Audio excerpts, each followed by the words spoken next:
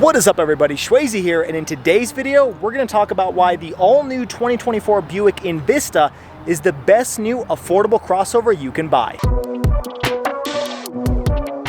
Okay, so about the 2024 Buick Envista. So this is actually a brand new model for Buick, and it is Buick's most affordable crossover. And it is one of the most affordable crossovers on the market, period. In fact, this vehicle shares its platform with the all-new Chevrolet Trax, which I reviewed a couple months ago, and I was actually very impressed with it. But in all honesty, between the two, I would take this Envista, and we'll talk about why further on in this video. But first things first, let's talk about the elephant in the room, and that is the pricing. Okay, now I usually save pricing for later on in the video, but because the price of this vehicle is such an important part to the ethos of what this car is, I figured I'd knock it out of the way because it really is impressive, and it may influence how you feel about some of the things I talk about in today's video.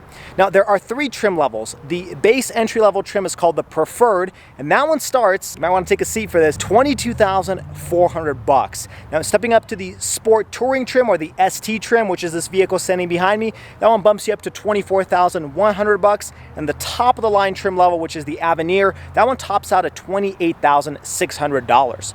Now, the vehicle standing behind me does come equipped with some additional packages and bells and whistles that I'll show off in today's video, and so because of that, this thing tops out at $29,215. So you can get everything I'm showing off in today's video for under $30,000, which is truly incredible for 2024, considering the average price of a new car is like 47 grand. All right, now let's talk about the styling. All right, let's start off with the exterior styling, which is actually my favorite feature of this car.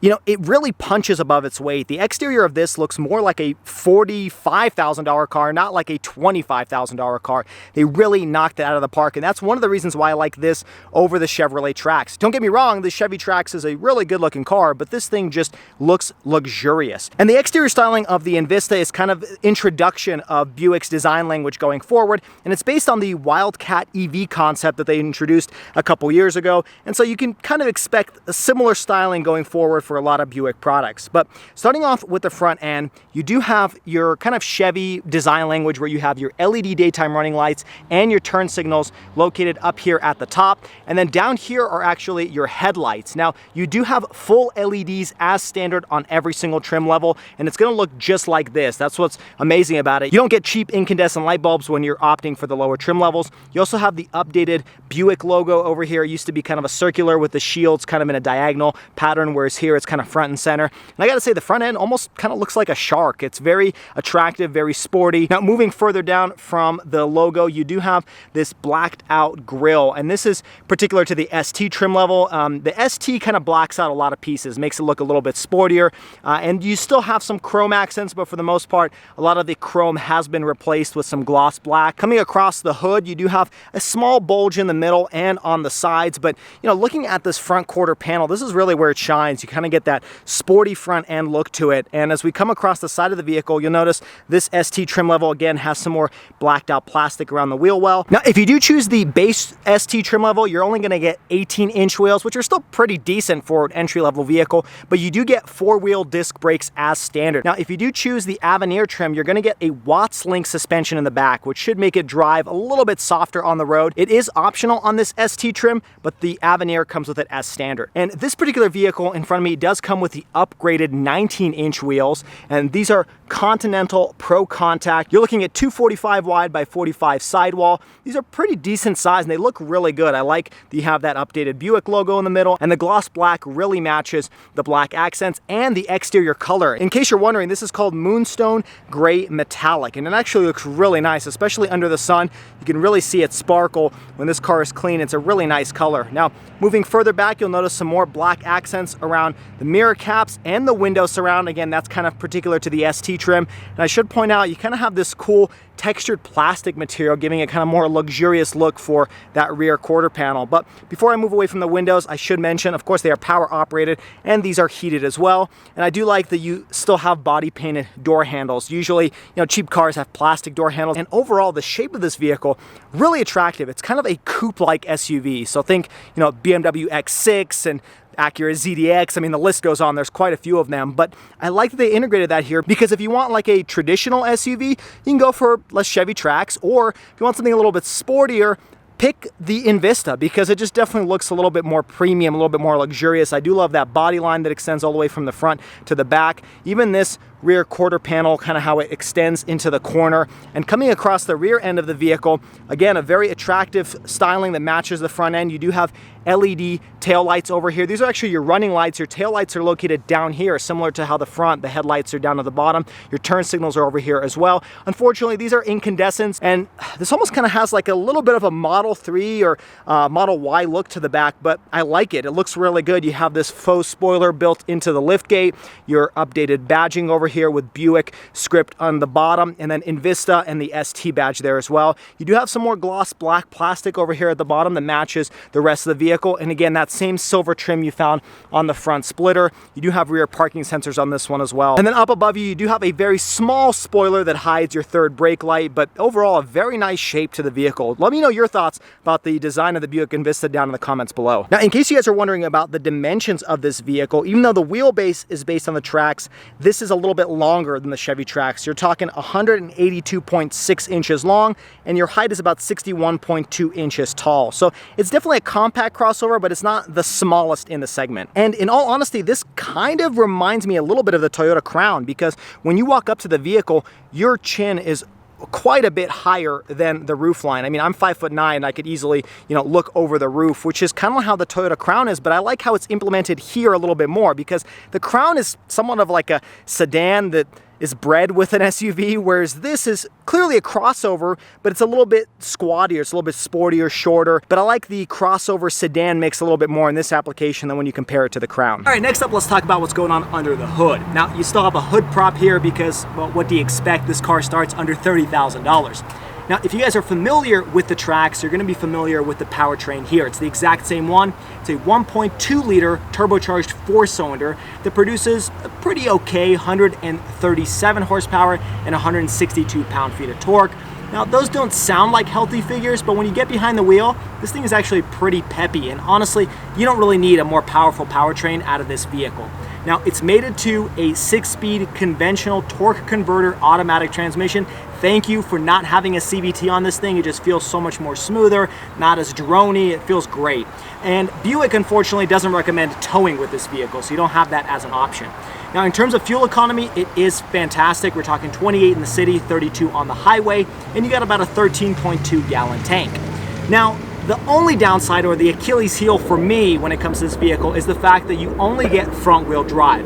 All-wheel drive is not an option on the Buick Envista, which for those of us that live in Utah where it snows 6 months out of the year, it would be nice to have that confidence boost of all-wheel drive, but unfortunately you can't get that on the Envista or the Trax. You kind of have to step up to the more expensive models in Buick and Chevy's lineup to be able to get all-wheel drive, but let that be the worst thing, because otherwise this powertrain is perfect. All right, next up, let's jump on the inside and talk about some of the cool features on the interior. Now, this is another section where I think the Buick Envista punches above its weight. You can see where they decided to cut on costs, but they put that money into the right places. Let me show you what I'm talking about. All right, jumping inside the Buick Envista, let's talk about what's going on here. First off, discussing the door panel, the styling is really nice. Now, where they decided to save on costs is this up here. This is all hard touch plastic, which is a little unfortunate, but again, the price point of this car is just incredible. This, however, is kind of a softer touch, rubberized plastic material. You also have this blue stitching. You'll notice a blue theme on the entire interior. That's actually kind of the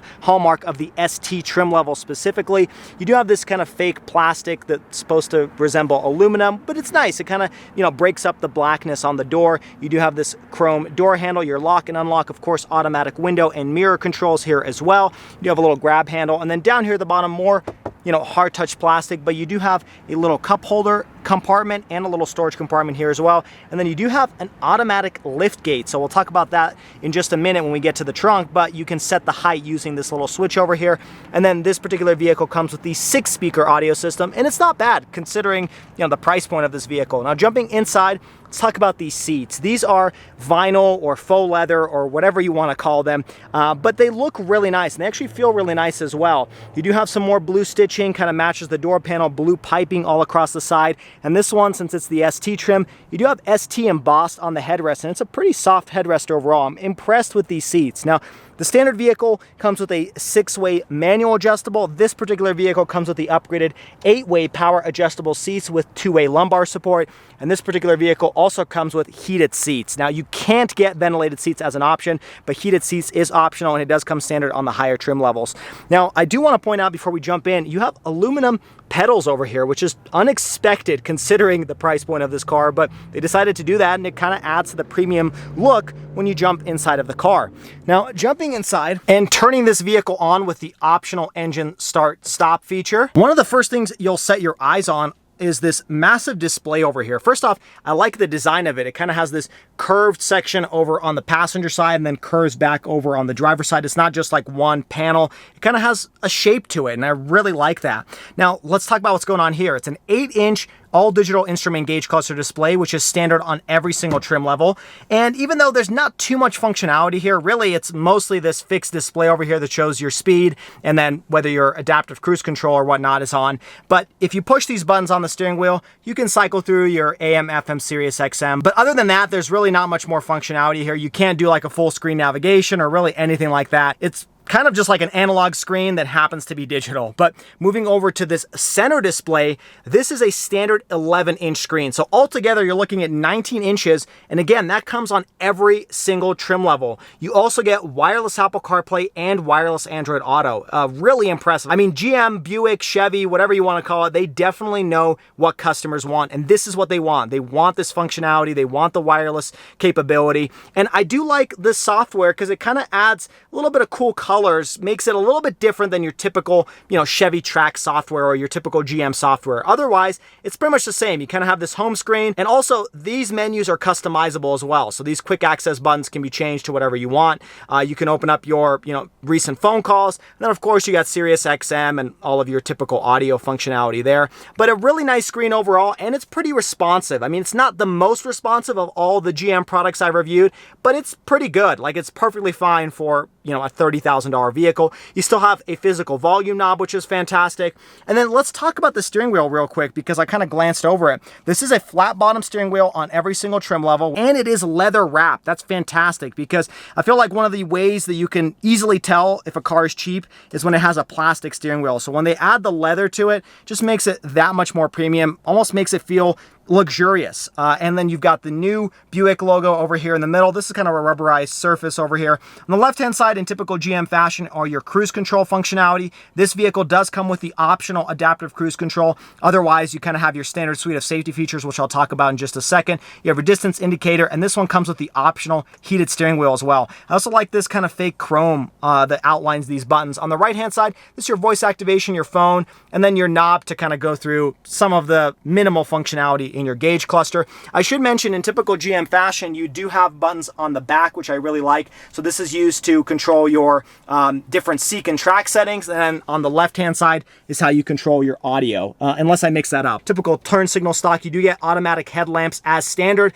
And then you've got your windshield wiper controls. You can get rain sensing windshield wipers as an option. I should also mention this vehicle does come with manual tilt and telescoping functionality, which is nice because not every vehicle offers that. Now, to the left of the steering wheel, you kind of have this cool looking vent that's outlined in some fake chrome and some gloss black plastic. Down here are your headlight controls and the brightness of your gauge cluster. And then down at the bottom is where you find your hood latch release. Now, moving up above you, I should mention this is all this kind of same, plastic rubberized material that you found on the door panel where you rest your elbows. It's got some more faux blue stitching, and this is really nice. A lot of times you'll find this to be hard touch plastic, but not in the Envista. It looks really good. It carries over onto the passenger side. Overall, a very nice cabin. I even like this, again, touch of chrome that they really didn't need to add, but it just makes the vehicle look more premium. You got more of that on the passenger side with some gloss black accents around the air vent, and it's a really good looking center stack. It's a beautiful interior for a car of this price point. Now, moving below the infotainment screen, you got 2 air vents and then your single zone climate. You cannot get dual zone climate, but you really don't need it considering the size of this vehicle. This is where I have one little complaint. I feel like these roller knobs are just a little bit on the cheaper side. So you might be able to tell I'm like moving it around and it's kind of wobbling. So it is rubberized on the outside, but it just kind of feels a little bit on the flimsier end. Your fan speed controls on the right hand side, your temperature controls on the left, and then your typical buttons for your air vents and where you want the airflow to go. You do have the heated seat functionality here at the bottom, and then this is all gloss black with your hazard indicator there. Moving below that, this is where you have the optional wireless charging pad, and it fits, you know, one of the largest phones in the market. I have the Galaxy S22, fits perfectly fine in there, charges really well with the case. You also got 2 USB ports over there and a cigarette style power outlet located over here as well. You do have your automatic start stop for your engine and your lane keep assist, which is standard on every single trim level. You have a piano black plastic covered gear selector with some, you know, fake aluminum on the side. Feels really good, and it's got a rubberized surface over here on the back, very easy to grip onto. And then over here you got 2 cup holders, more gloss black. You do have an electronic parking brake and some more of that fake aluminum that you find on the door panel. Now, you don't have any soft touch plastic over here for you to rest your knee, so if you do bump up against this on long road trips, it might be a little uncomfortable, but it's really not too bad.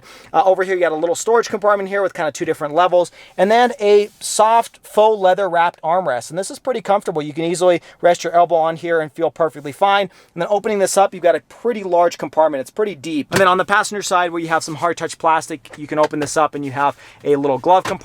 Moving above you, you do have your typical rear view mirror. There's no rear view camera mirror, but you can flip it up to kind of tint it. And then up above you is your lighting controls, and it's just your typical incandescent lighting. No LED lights in here, but that's okay. And then the particular vehicle I'm reviewing today does come with the sunroof option, which is nice. So you can get that equipped on pretty much any trim level. Now, jumping inside the second row of the Envista, there's really not too much to discuss back here. Starting off with the door panel, your design definitely isn't as nice as the first row. This is all hard touch plastic, so is this. You don't have that fake aluminum accent over here. It's just a piece of black plastic. At least you still have a chrome door handle instead of a plastic one, but you still have your automatic window controls, a little grab handle over here, and it is still soft touch material where you're going to rest your elbow. Also has that blue stitching, so they didn't skimp out on that, and a small little storage compartment where you could put a water bottle along with the extension of your 6-speaker audio. Now, jumping in, talking about these seats, they're still pretty nice. You still have a little bit of blue stitching. There's no blue piping like you found in the first row. No ST badging, but you do have blue stitching over here as well. Now, one thing that's a little bit unfortunate is you don't have any type of center arm compartment, which means you don't actually have any cup holders in the second row. But that's kind of to be expected with a lot of entry-level vehicles. One thing that is impressive here is the leg room. So jumping inside here, Buick says you have about 38.7 inches of legroom behind the first row, and it truly is massive. I mean, this is a very large second row for a compact crossover.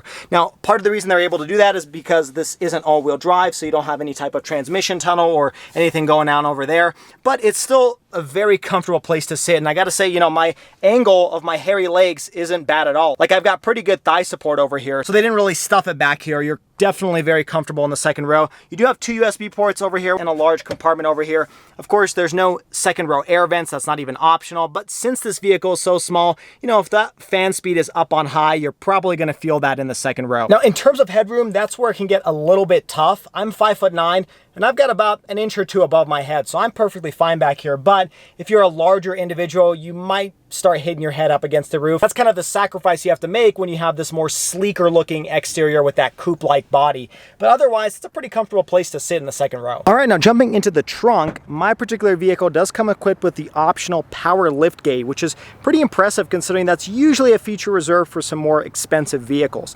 Now, jumping back here, one thing you'll notice is it is a very long trunk, but because of that sloping roofline, you're not really going to be able to store some pretty tall objects back here, but it's a decent amount of space. In fact, Buick says 20.7 cubic feet of space behind the second row. You do have a little storage compartment over here on the left-hand side. Underneath here, you do have a pretty large spare tire, which takes up the majority of the trunk. On the right-hand side, you don't have really any functionality there, but you can get this little tonneau cover that will come down when you lower the roof. So that is an optional feature that you can get. You do have a little light over here so you can see items in the dark. Now, Buick says that if you fold down this second row seat, which you can do by pulling on this little latch over here, then you can fit an object up to 7.5 feet diagonally inside of the trunk. I don't know if I believe it, but maybe from this corner to that corner, it's about 7.5 feet, which is pretty impressive. So if you guys are using this as almost like a quasi pickup truck, you can kind of do that because it's a pretty flat surface when you fold down that second row. Now, speaking of storage behind that second row, if you fold it down, you got 42 cubic feet of space behind the first row. So a pretty decent amount of space, but again, if you want more space than this, you're gonna have to step up from a compact crossover. Now, speaking of this optional liftgate, let's talk about the particular options that came on this particular vehicle to put it at the $29,215 starting price. So first off, I have the Convenience One package, which cost about $1,200 or so, and that includes the heated steering wheel, the heated seats, the power seat functionality, and the remote start and keyless open. So that's a pretty nice set of features for $1,200. Mine also has the moonroof feature and the upgraded 19-inch wheels for about $995. It also has the adaptive cruise control functionality with the blind spot monitoring in the side view mirrors, and that is about a $595 option. And then lastly, mine has the Convenience 2 package, which includes that power lift gate. You got the wireless charging pad on the inside and the rain sensing wipers, and all of that can be had for an additional $595. Lastly, my paint color is about a $500 option. So that's how you go from the $24,100 starting price of the ST to this $29,215 on this particular ST I'm reviewing today. All right, speaking of adaptive cruise control, let's talk about the standard suite of safety features that come on every single trim level of the Buick Envista. Buick calls it the Buick Driver Confidence set of safety features, and that includes automatic emergency braking. You got a forward collision alert, which is actually a little light that flashes on the dashboard if you're about to crash into somebody. Not that I've experienced it before.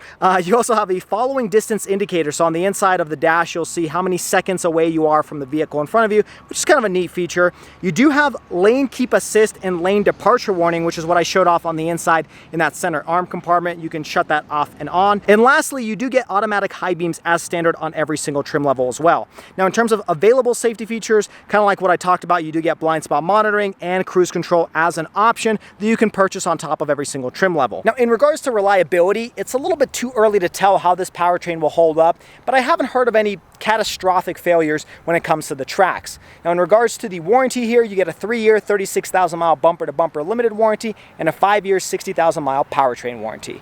Okay, now jumping inside the Buick Envista, let's take this out for a drive and see how it feels behind the wheel. Real quick, I do want to show you the Buick key. It's actually pretty nice. So first off, you have your lock over here in the middle with your Buick logo, unlock, you got your power lift gate, and this one does come with the remote start feature as an option. You also have your panic button, and this one does have the keyless start stop. So you have the push to start button, which is really nice, and the vehicle turns right on. Okay, so one of the first things I want to talk about is the maneuverability of this vehicle. Since it's a pretty short wheelbase, it's very maneuverable. So it's very easy to maneuver in tight parking spots. If you live in kind of a big city and you need to park it in some tight spots, it's perfect for that.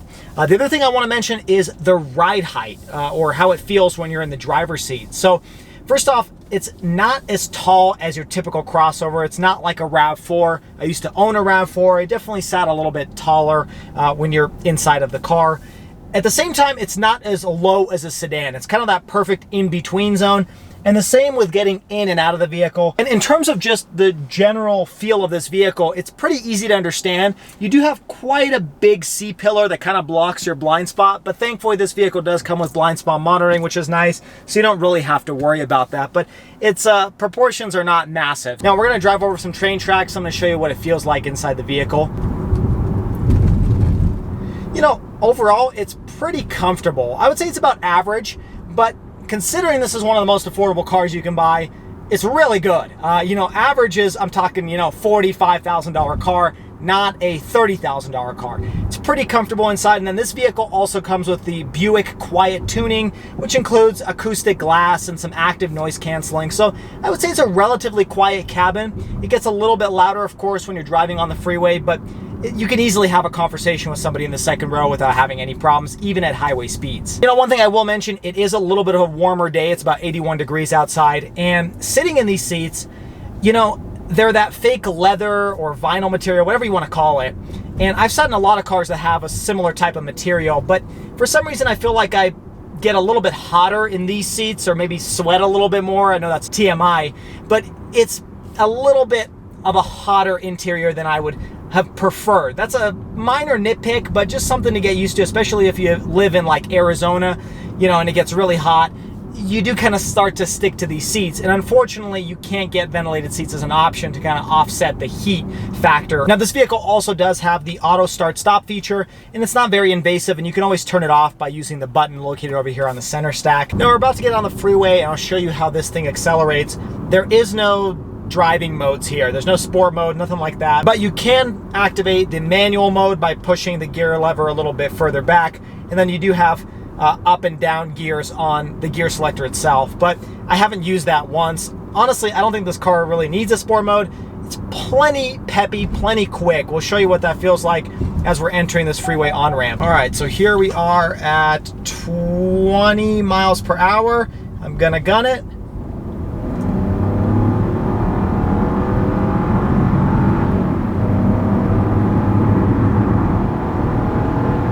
And we're at 60.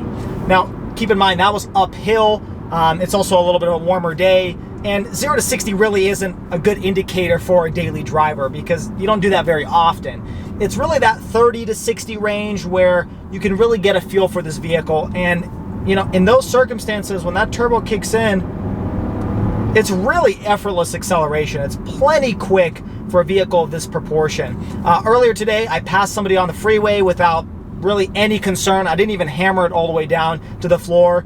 It passed that person perfectly fine. It surprises me how quick it feels considering the horsepower figures of this vehicle.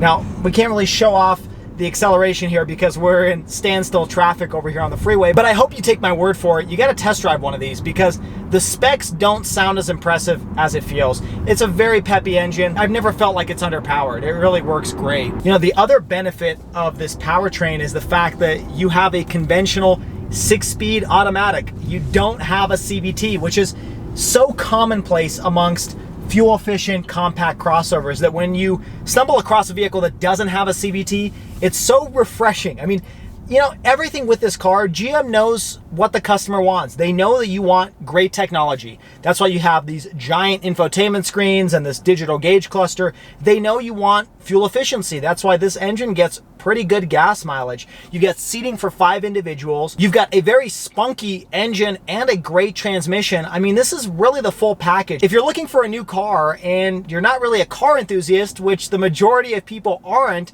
this is the perfect new car for you. You get the complete warranty, you get complimentary maintenance for your first visit, hassle-free, worry-free. I could see why these things would be flying off the shelves.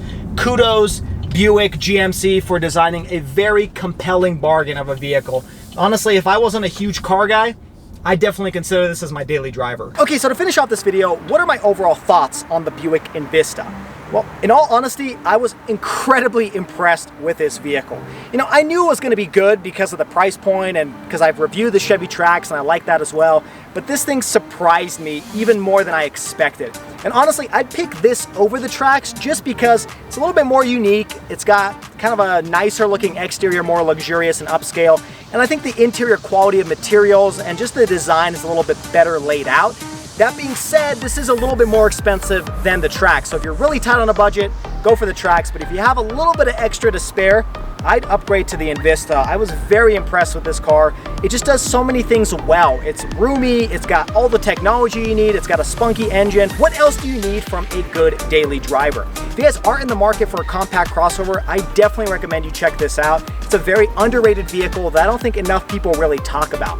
But what are your thoughts on the Buick Envista? Would you take this over the Trax or some of the other competition? Doesn't seem like there's really much in the affordable space that kind of has that upscale exterior styling. Also, if you guys enjoyed this video, hit that like button and subscribe to the channel for all of the weekly car videos. Also, check me out on all the social media at Schwazy_. Until next time, everybody, hope you stay Schwazy, stay healthy, have a wonderful day.